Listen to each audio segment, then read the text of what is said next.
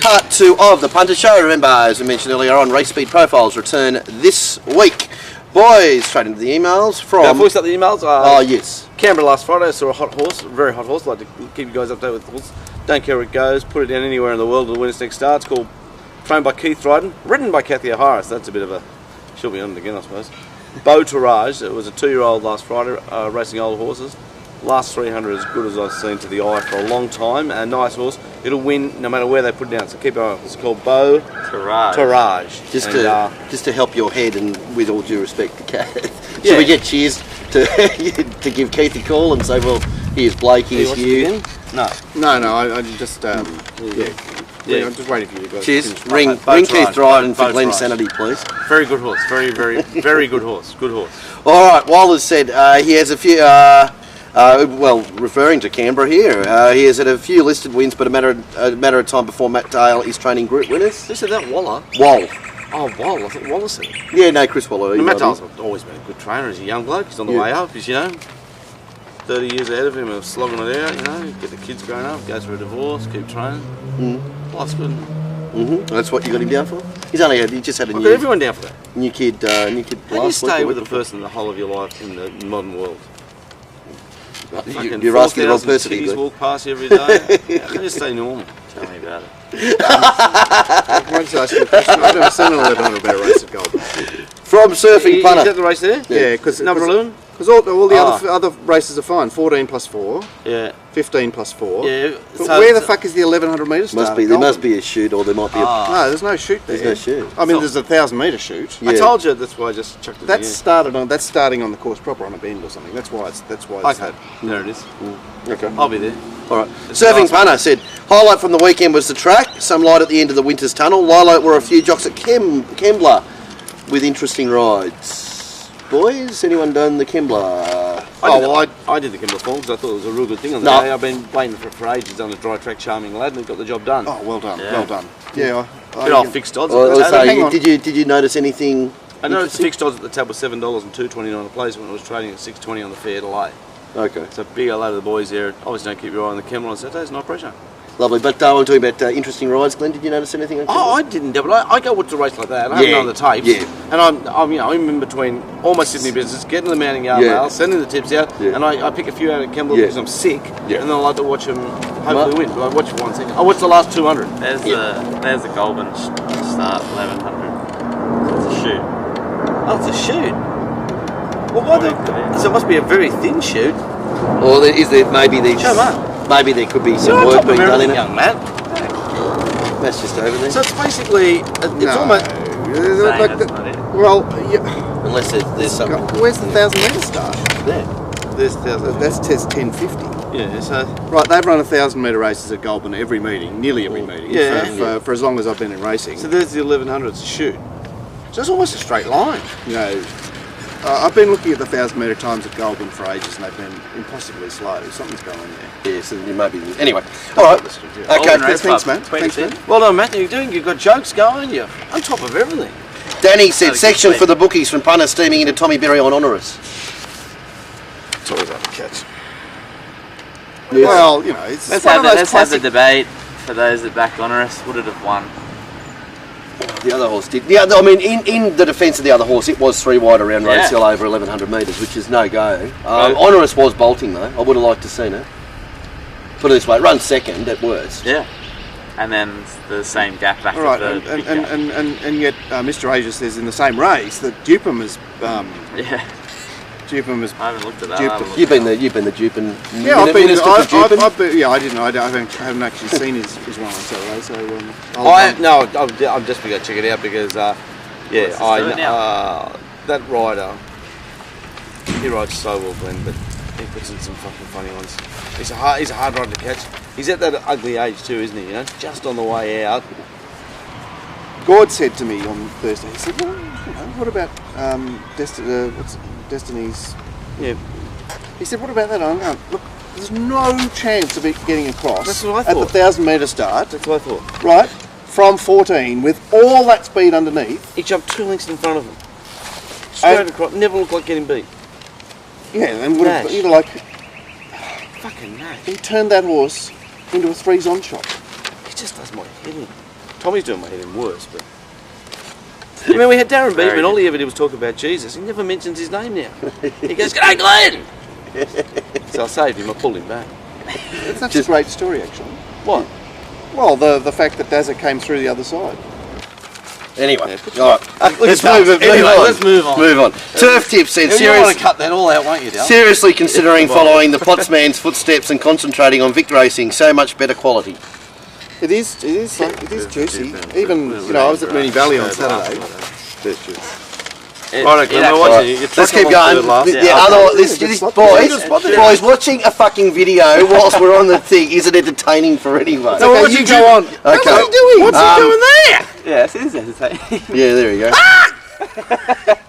He went left. Thank you. He goes right. My God! Oh, we just fell favourite for slaughter of the quarter. Glenn Schofield. He ran second, doesn't he? Did Tommy cut him anywhere out? Well, Tommy was on onerous today. Well, All right, okay. Turf tips Melbourne. We said that crow form. If Stewie is the best with a profit on turnover of 3%, how come every bloke on every forum is achieving a POT well in excess of 10%? Oh, because I think that's a fair comment. Because I don't think those blokes on those forums fly. But I think people that work really hard on forums, and I'm like John Ascoy, I reckon they would be the grinders of all grinders. But they'd be $50 punters. Yeah, get $45 back out of it. Really tight. But is that referring to those tipping forums where the bets are on paper? Yeah. Is that what we're talking Yeah, about? Is that what he's talking about? Because they don't actually have to get set. They don't have to get set, exactly. And if you're Stewie Right. Davids, if you're John Smith from a forum, it's a lot easier getting set than Stewie Davidson. Yeah. And I think the ultimate come down would be compare Waterfront Coogee versus Fly Break Kingswood. Stewie's the best. And the key to that is also, your percentage return might be 10%, but you've got to have $1,000 on this, and they bet $10 into 650. That doesn't mean you got your $1,000 on $10. No, that's right, exactly. That's right, exactly. You might have got on. Yeah. Stewie got on before. Or when you pulled the trigger, you've made a different thing. It's I think end of day overall profitability, i.e. Rob Waterhouse versus. It's what you own, what you got. Yeah, that's why in Australia I'm coming last. There I am. Just looking at everybody. I'm doing a duper. General boys, feedback to the article that we put up last week on wishes for the new season, which we spoke to a lot of the boys around the thing. Michael Cook suggested he'd like to see early prices go. A bit of feedback Back to on the mystique of old. The mystique, but as he said, if the early prices are there, he regards them as fictitious because a major organisation that spends millions and millions of dollars on advertising is a multinational thing. Surely could at least lose a few thousand on a bet in Sydney, whether it's a Thursday or a Friday or a Saturday. It must be so annoying for people like cooking that they see these $7 things they like, and then by the time they're able to get their money on at $4.20, they don't bet because they fictitiously bet $7. Because you've seen it there. So it must be just a complete. But as Cookie when I do the form and everything I don't look at any prices or anything. I do the form. Then I have the prices later on, but not while I'm doing the form. Yep. I think that's that's a pearl from me. When you do the form, don't look at the prices. Make your own opinion. Clear thought. The other thing you have to close your mind to the fact that these prices were bet or may have been bet or whatever. The only prices that exist are the prices when you are going to bet. Yeah, or when you can bet. Yeah, or like if it's race time on Saturday, well that's the price. You just forget about that other stuff. Yeah, where you are in history is where we are. Yeah. Is this a good price or not? Not. It's not a factor of what it was. Exactly. Yeah, nothing's a factor of what it was. And especially if you want to draw that back to the prices when they initially go up, which all they are is the wrong price. Yeah. And one person in the Northern Territory, who was looking at it at that time, the prices up, was able to get $100 on it. Oh shit, this is wrong. All right, we'll change it. Kingsley and Richard Irvine have suggested bringing the tote as a better factor in the wagering system and a reduction of the takedown to 110%, which isn't a bad idea. It's easily achievable. Yeah. I mean, like if you brought the tote into as a player, it's a bit of a moderator. Sure, 110%. I suppose we're betting into better markets than that when all's said and done. But can they bet 110%? Well, they have to give up like 7.5% of the government. Oh well, they just reduce it down. But as if they're going to do that when they've now put the taxes up. They'll They'll put it up. Yeah, that's a good idea from Kings and Richard. But the tab will be probably looking to go. Well, what if we went to 130%? Well, it was funny. I watched the show on the weekend. They were talking about a governor in America. It was quite funny. He brought in this new thing to be elected. Was he had a new super tax for the rich, and it was going to bring in $1.09 billion. You know what happened? The rich moved out of the state. Yeah. And they lost $2.89 billion because of his new idea. Yeah, that's right. Yeah, exactly. And they just said, we don't live anymore. We can live in Vanuatu. Yeah, that's right. Still live here, but our address is now there. Yeah. There it is. Yeah. Easy as. Easy. Yep. The world's very small. Yeah, that's right. That's exactly There you go, right. mate. Yeah, well spot. All good. Yeah, lovely, cool. And then moving on from that, the general on the new whip rules, boys, that just appeared from nowhere. Because how did this happen? Well, it's there's maybe some fall for it, but I think we just get rid of whips and just forget about whips. I realise there'll be some horses that won't go the line, but we just have to get you like. It's going to happen. You really think so? Yeah. They say that there's a great deal of control needed with them for especially a young 2-year-old colt who might be Hanging, and then that then can become a safety issue too, of control. And 2-year-old colts, they're all 2-year-old colts. You don't see 2-year-old girls. Yeah, that's right, exactly. There's 18 2-year-old open nowadays. There's 4 fillies and 14 males, and there was 1 gelding. And getting them into the gates and all that sort of stuff. Every race will run 10 minutes late. Be good. Why not? Anyway, I think Matt threw out. Would anyone want to come onto the show and give Glenn a crack with the whip to see what's that all about? Well, we had jockeys come out and say, I think Chris Simons was on the Melbourne radio show, and he said that it actually doesn't really hurt from what. So we want to get whipped. Oh, you want a whipping boy? Yeah, we wanted a jockey to whip you on the show and see. You let us know if it actually hurts. So let's just clear this up once and for all. So this is cleared from local leagues. Oh, well, so then it doesn't count. This has cleared up a couple of things. The jockeys don't want to come and kill you. If you've got no feeling, then I have no feelings. Tim I'll tell you how bad I'm getting. The other day, this is fair income. I'm driving along just along the hospital road. This is how bad I am. Honestly, don't do the wrong thing by me in life anywhere there, because I am that close to psychopathia. It's unbelievable. Psychopathia. And just being completely fucking mental. And there he was, old mate. It was just rain. It was old mate, and there was a car, and he braked quick, and there was old mate in the postal bike, and he just slid, bang, down his leg, bang, crashed into the car hard, bang, oh, my leg's broken, screaming, and there's the old Glen still, one behind him, and I slowed down, but I just went slowly around him and said, see, old mate. Just drove straight on. And people they came running from him, and they're going, look at that bloke. Yeah. And I just, honestly, I didn't give a fuck. It was just awful. It was a really bad side of me. I didn't realise how bad I've become.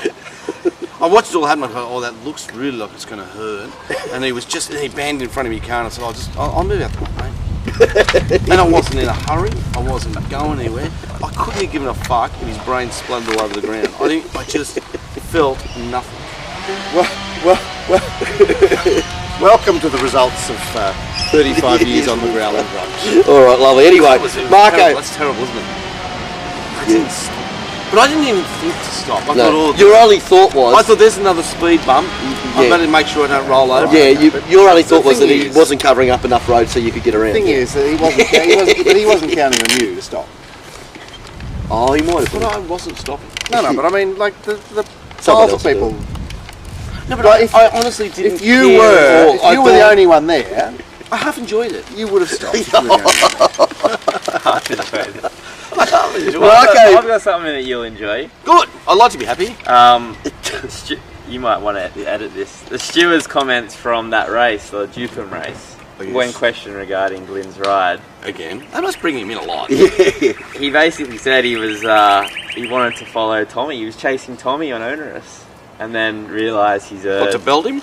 Well, Tommy was hanging in. He thought there was going to be a gap and all that sort of stuff. Drew 2 and Glenn drew 14. How did he get to be following Tommy? He saw Tommy going for a run. Right, so he thought he'd get on the back of Yeah. Onerous. Yeah, and he thought he was like. Oh, it was just smashing probably the horses. right play considering that, but considering that Onerous was only ever going to get checked out of it the whole way down the straight. You know, like it's fine to be following him, but when there's a line of 17 in front of you to get around, Imagine owning this dirty, filthy tube. Like the last start, it went to the inside. I remember we. Oh, no. We haven't seen Mr. Darcy since then, have we? No. No, way. no, we haven't seen this. Anyway, Marco suggested the Cathy would be a good candidate to give you a bit of a crack. But you're off there, aren't you? I divorced her. Puma said, can we find a few retired jockeys who put on 40 kilos or so? They've all put on 40 kilos. Yeah. Ralphie suggested ruling out large trot drivers with the longer version. That's entertainment. Oh, that would be entertainment. Yeah, I hate the trotties. I hate the trotties. Yeah, over there. Barney was saying, calling Mick Dittman to the Punters show set, please. We're ready to shoot your scene with Mr. Pollitt. That I wouldn't enjoy. Yeah. And Tim Clark was asked, and he replied, he's a lover, not a fighter. So he let you off. He's a nice boy, Timmy. He's hard not to like, Timmy. But he's hard not to like. Him and Josh Parr, to me, are the same person. I've said that before. Part 2.